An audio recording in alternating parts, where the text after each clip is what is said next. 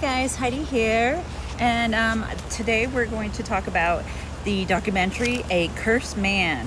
It's on Amazon Prime. That's where I watched it. I had to rent it. It's basically a man who is looking for to be cursed so he can see if he wants to feel that blessing. Okay, so let's go through this. He is a documentary person, like a person who makes documentaries. That's a scientific word. And he was rock climbing when he was younger, and he fell, and he felt like it was like a life or death thing, and he felt like complete peace, and he was searching for that peace again. He's searching for that magic. So he's all like, the only thing I could think about is the extreme of like doing being cursed, and then somehow I will be able to tell, like. And this whole movie, I'm thinking, I've been cursed and I didn't really want that. So I'm like, geez, which it summed it up. He talked to a bunch of voodoo priests and witches and people like that, people who are in the cult. And one voodoo priest, because everything in that world is balanced, has dark and evil. Dark and evil. It has good and evil, as they would say. It's just balance. So voodoo is a really incredible, I think it's incredible religion. I don't know if that's even would you call it a religion, I guess. But they're both dark and light, and they're balanced. The church always tries to put them as bad when they're really not bad. It's just that's how nature is. It's balance, right? But when he was talking to the voodoo priest, the voodoo priest is like, why would you ever want to do that? What I do is heal people. They heal, and he's like, I protect people, I get curses off people. He's like, why would you do that? Like, what was the point of that? He's like, you're looking for God by going through the darkness. That was basically the whole movie. It's like, basically he wants to find the gateway path to the divine.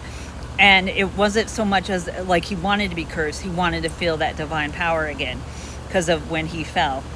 So the voodoo priest called him entitled. He's all like, being a black man in the United States, I'm cursed, a little bit cursed. And you, as a white man who came to me wanting to get cursed to see what it feels like, he's like, you're being very entitled. And I'm like, bam. He also talks about like the human consciousness and how, I don't know if you guys know this, like the studies on human consciousness and energy and like psychotherapy and like physics and stuff. But there's so many experiments because it's honestly magical, and it's there, and people are starting to understand that it's there. We're spiritual beings in like this world, in this 3D world. We need spirituality to function, to even guide us anywhere, because right now we're all lost until we find our spirituality. So he was talking about this experiment they did. I've heard this experiment before. It was about numbers. They put numbers around the world, and they're trying to see if the human consciousness will like go around and like match the same numbers. And the only time I've heard this has actually happened was in 9/11. 9/11, all the numbers synced up. It was like a great world catastrophe, and they all synced up. And can you imagine? That's crazy that all these numbers synced up. It's like the 0 and 1s, and like something that main event, everybody was focused on that. So it's there.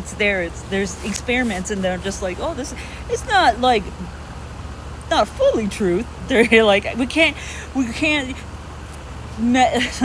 they get like the answer, and then they're like, but it can't be fully explained. And that's the point. It's magic. So I am believing esoteric information, some truths, and what I believe is that these esoteric truths just fill in the gaps of the Bible. So the Bible decided to use ideas of esoteric knowledge and like what Christ was teaching. Hold on.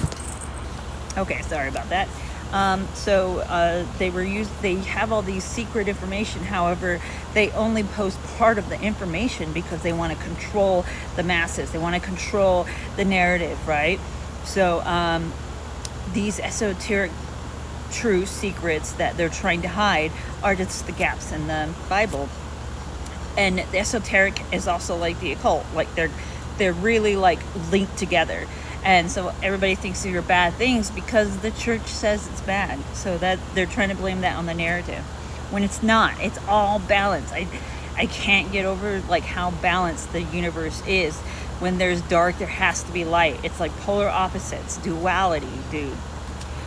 So he went to another hoodoo priest, which hoodoo and voodoo are different because one believes in like Christianity and one voodoo believes in multiple gods, and hoodoo does Christianity into their practices. The guy was all like, okay, I'll give you a curse. And his curse wasn't bad. It was like he made it like a small curse, right? You do have to know whatever you put out, you get back. So I'm not trying to figure out, because I know that if like root workers, he was a root worker, if you send like bad energy, negativity, or curses to somebody, you're sending that out and you're going to get it back because that's how it works.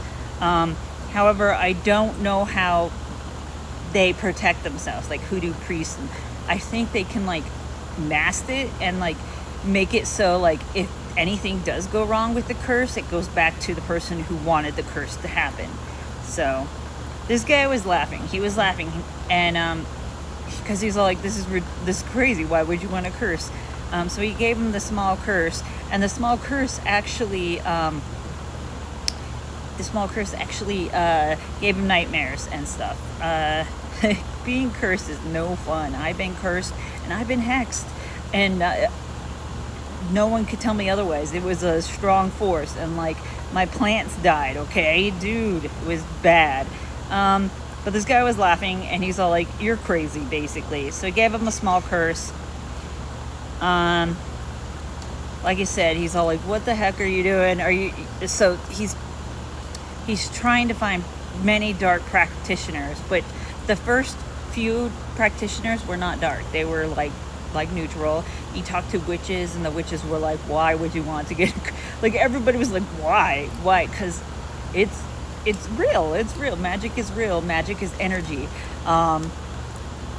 So people are like, "Why would you want that energy onto you?" Then he got to a priest that was he was a priest of Satan. So Luciferian, it most likely was close to that. He did a blood pact with Satan to provide like a curse, which anyway, so there's two sides to a lot of stories. Luciferian, I found out it's like the left-hand path, and it's mostly going through the dark to find the light. These kind of darker ones like Hecate and Lilith and Chinamasta, I think I said that right. These darker deities and Lucifer, they're legit duality. They have a good and bad, and but they do their job. Let's put it this way: they do their job. Okay, Lucifer puts you in darkness to show you the light. That's how it is. You have to go through hell first. So in the show, he was doing a blood pact, and blood pacts are actually very solid pacts. Like if you put your blood, it's basically you're reinforcing this huge like connection. So if he did a blood pact with Lucifer, it's basically sealed, and it's very hard to undo. He went through psychosis, spiritual psychosis. He was having nightmares. He hurt his like legs, and the only way to undo these curses is to go by faith, and you have to believe in it. You have to have like strength. You went in this being skeptical and not try to get cursed, and then you have to believe. Now you have to, like, once you're cursed, you have to believe in faith. You have to, like, have faith in the light, the divine source. So it took a whole coven to actually free this man from his curse. And it was a coven. It was witches. Witches cleanse too, like witches heal. And it took them, all of them, to get rid of this curse. The first curse, because he was cursed twice, was very easy because he made it easy. The hoodoo priest made it easy to undo the curse. But the pact with Satan was like ridiculous. Like, you shouldn't have put blood enforces everything. It like times it by 100. Okay, you have to be careful with blood. One of the things. Sorry for being rudely interrupted by a bear. Anyway, one line I do like that they said in the show, the movie, was magic is free will. And I completely agree with that. Like, you can do anything you want with magic. And as long as you know the universal laws, know that, like, if you send negativity energy out, it's going to come back. And it might not be a good thing. So, plus, I wouldn't get a curse. Curses aren't cool. They ruin a lot. And it's not like a thing where it's like, because I think hexes are more immediate, but curses, like, can last for a long time, and they gradually go up and up and up and up. It's not like a immediate woo. So I suggest not cursing. I'm pretty sure he's all about being part of the divine light. Like I said, once you go through something like that, you know that the source light is there, and it makes you peaceful and it protects you.